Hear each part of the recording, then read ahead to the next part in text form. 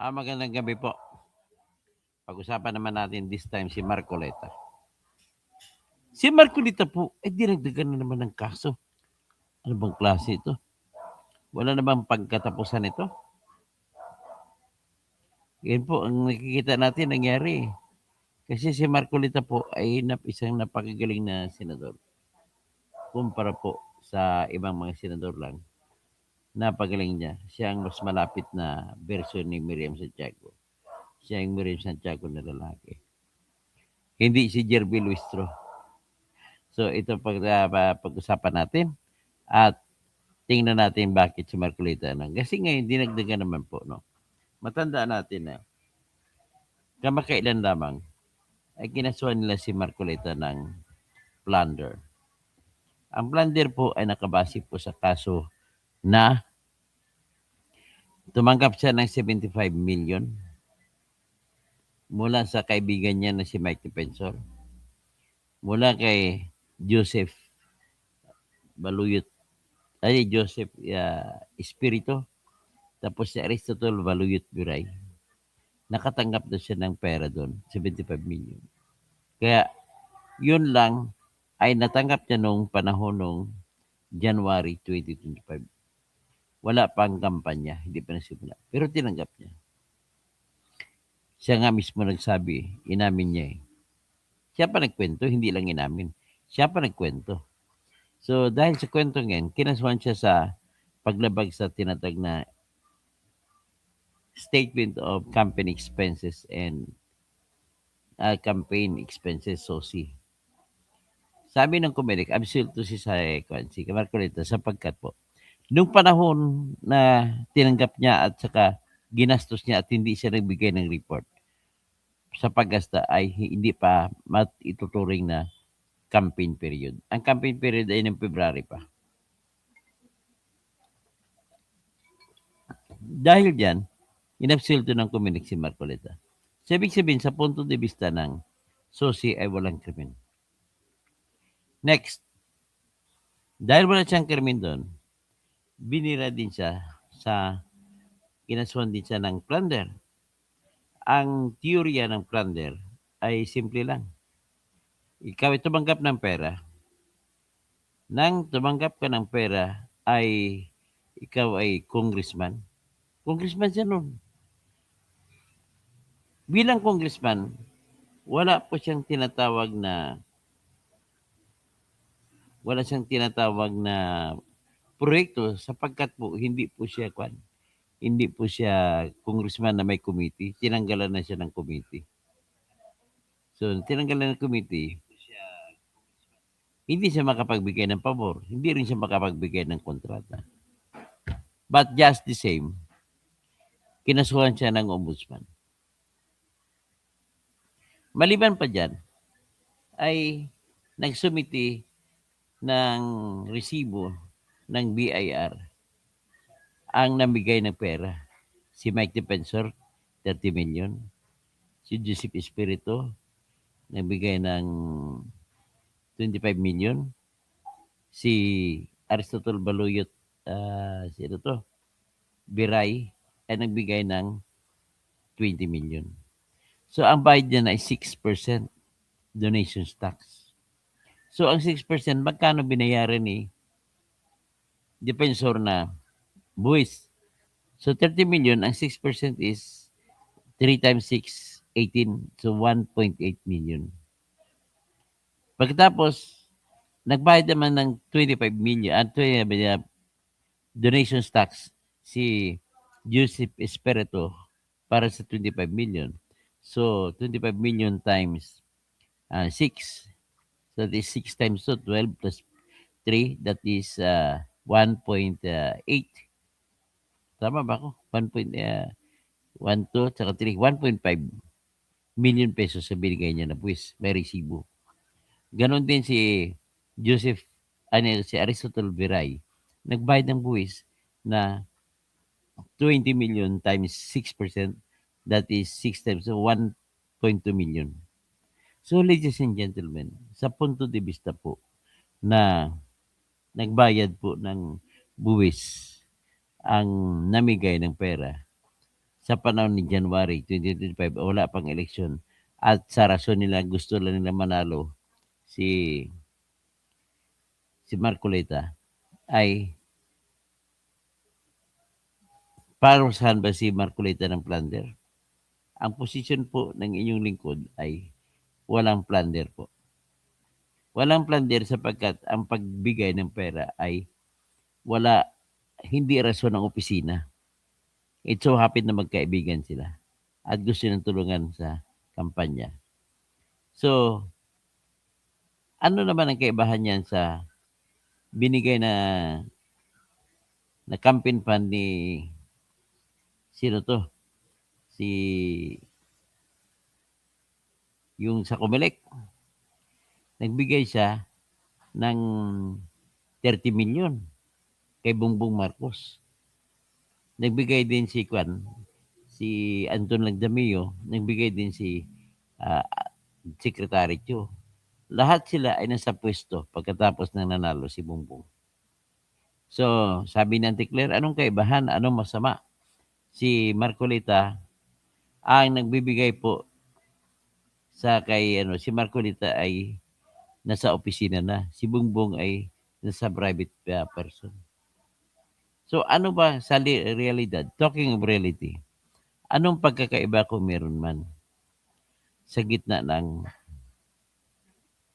katotohanan na si Marcolita ay congressman nung binigyan at saka si Bongbong naman ay walang pwesto nung binigyan.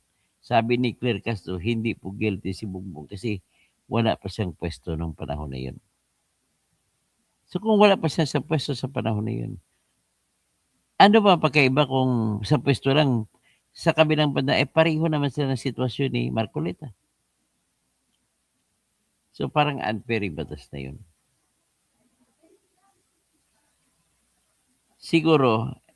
Sigurado tayo na kahit walang pwesto si Bongbong, sigurado naman ako na yung binigay po na pera kay Bongbong Marcos na milyon-milyon noong pribadong tao pa siya, ay binigay po yun na para makakuha ng pabor. May rason. By reason of his office. So pag sinabi natin by reason of his office, hindi po yan nag-uri kung opisina na tinatakbuhan o hindi. So, iyan ang nakikita natin dyan.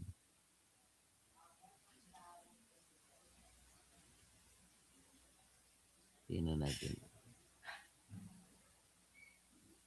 So, ano pagkakaiba niyan kay Bongbong at saka sa sitwasyon ni Bongbong at sa sitwasyon ni Marcoleta? Ang pagkakaiba po ay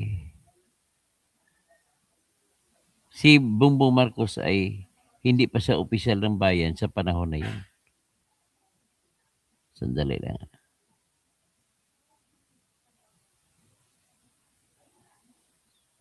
Cancel. Okay. So ngayon, anong epekto ngayon? Hindi nga siya opisyal ng panahon binigay. Naging special advisor to the presidency Malagdamyo. Nakakuha ng maraming pera sa pamamagitan ng pakikialam sa operation ng BARM. Siya namimili kung sinong gawing gobernador. Si Makakwa, pinili niya. So, in other words, si Kyo, binigyan niya ng pwesto. Agriculture, ang daming kinita. Ano ba ang pangalan ng Bitangkol ba yun? Nakalimutan ng pangalan. Titingnan natin. PCSO chairman. Nagbigay po sa 30 million sa kampanya ni Bongbong Marcos. So ngayon nasa pwesto na siya. So ang tanong ko po, ladies and gentlemen, anong pagkakaiba sa pagbigay ng pera pangkampanya sa panahon na hindi pa opisyal ang binibigyan? At sa panahon na ang opisyal ay binibigyan?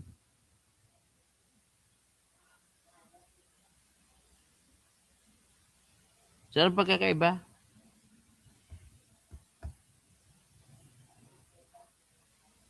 Si Melquiades Robles pala. GM Melquiades Robles. Ang pagkakaiba, parang wala, no?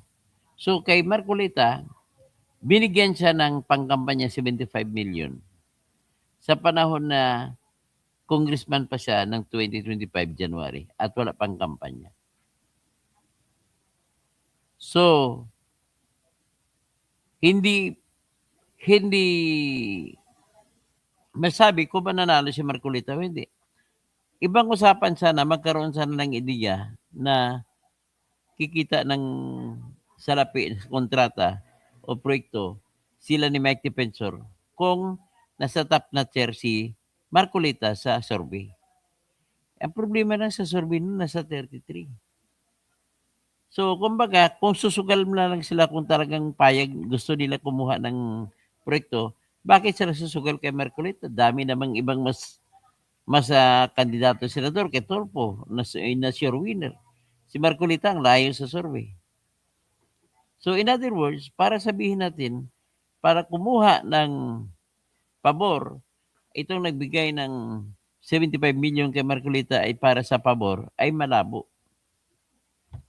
So kung malabo, hindi mag-apply yung tinatawag na batas na Presidential Decree 46 na nagbibigay sa sabi, giving money by reason of office. Kasi pwede rin mangyari, paano naman sitwasyon, nagbigay money, inosente ka.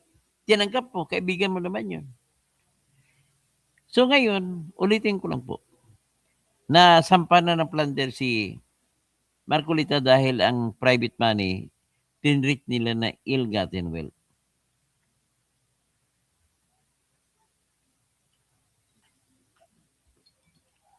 Tapos ito ay ginawa ng filing ng kaso ng kataon na magsimula ang impeachment case ni Sara Duterte.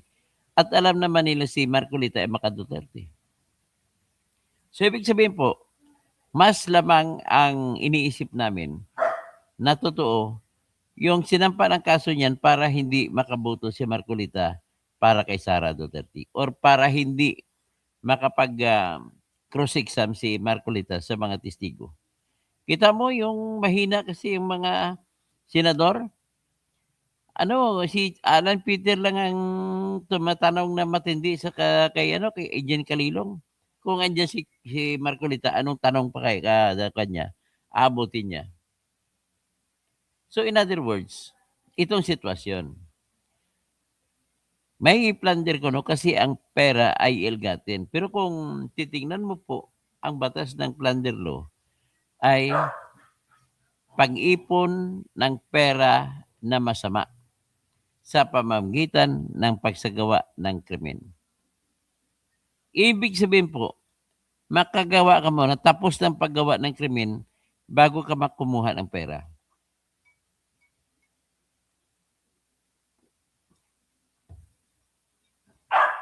In other words,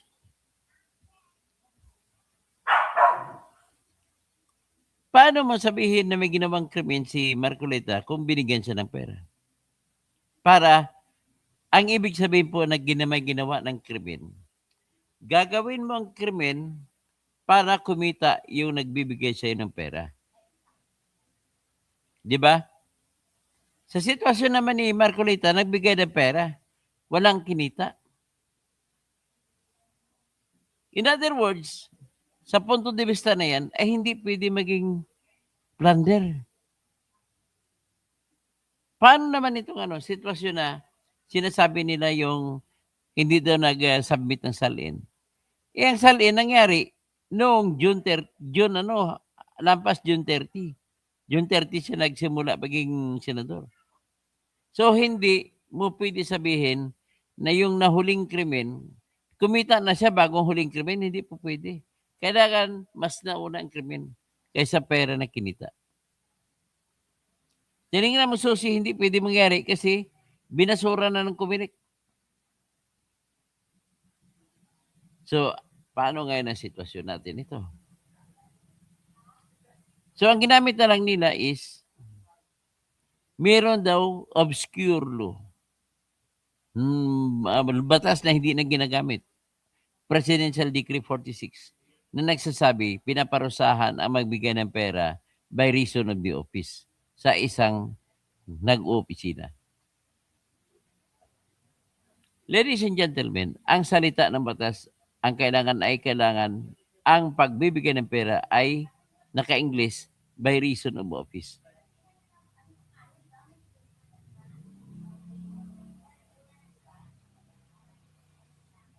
So, mag-apply ba ang ginagamit ngayon ng ombudsman ay dahil labag sa Presidential Decree 46 yung pagtanggap niya ng pera dahil pagbibigay doon ng pera yun by reason of office. So ano ngayon yan? By reason of office ba? Ang depensa naman nila ng tatlo, sinabi na binigay lang namin yun out of our friendship. So inosente. So ngayon, ang sitwasyon po ay ganito. Sasabihin ng ombudsman, ay Marcoleta, ipaliwanag mo na lang sa korte. Kami nga nalalabuan din eh. Doon na lang korte, hayaan mo na lang korte magdesisyon. Ang problema na sa ganung sitwasyon, while korte ka magdesisyon, hindi pa nakaaktong korte, ay ikukulong muna si Marcoleta. Yan ang problema ko. Kasi nga non-bailable. So in other words, gano'n din po yung dinagdag nila na kaso kanina, sinampa naman. Yung violation of Presidential Decree 46. Na ang pagbigay daw ng pera ay dahil daw sa pwesto ni Marcoleta. Na hindi naman kumikita sapagkat wala siyang committee membership.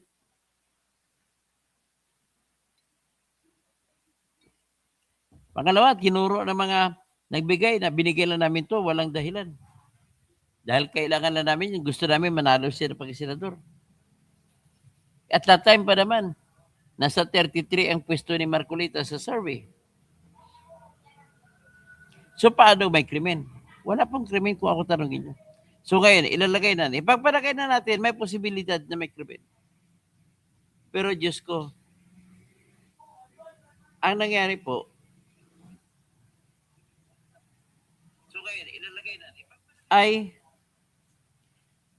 dahil may posibilidad, kahit wala tayong ebidensya kung talagang gagawin o hindi, na kumuha ng pabor dahil sa binigay na election campaign fund, ay dapat hayaan na natin ang korte magsabi. Ganon ang mentalidad nila ng ombudsman. Para lamang masilbihan nila ang gusto nila mangyari na hindi makaboto, hindi makasali, at hindi maka-cross-exam si Marcoleta sa impeachment trial ni BP Sara. Ang galing pa naman niya mag-cross-exam. So ngayon, plain and simple, while pwede mangyari na binigay ang pera kay Marcoleta, ay dahil baka makakuha ng pabor kung siya'y senador. Pero the fact remains, walang ebidensya ang ombudsman na binigay sa Sandigan Bayan. At kung walang ebidensya, nilabag ng Sandigan Bayan ang Section 2, Article 3 ng Constitution na nagsasabi, warrant of arrest shall not issue except upon probable cause to be determined personally by the judge. In an examination under oath, particularly describing the witnesses he will produce, and particularly describing the place and things to be seized. Yan po, kailangan alam ng judge, may personal siya na alam na si Marcoleta ay nagkasala base sa ebidensya. So ngayon, wala namang ebidensya na papakita na intensyon ni Marcoleta na labagin ang tinatawag na Presidential Decree 46. So, ang tawag dito ay mala prohibita ang Presidential Act, hindi, Presidential Decree 46. Pag mala prohibita, hindi na tinitingnan ang intent. Ang tinitingnan na lang is the intention to commit the act. So may intention ba si Marcoleta at saka sila ni Defensor na labagin ang PD46? Wala pong ebidensya pinakita ang Sandigan Bayan.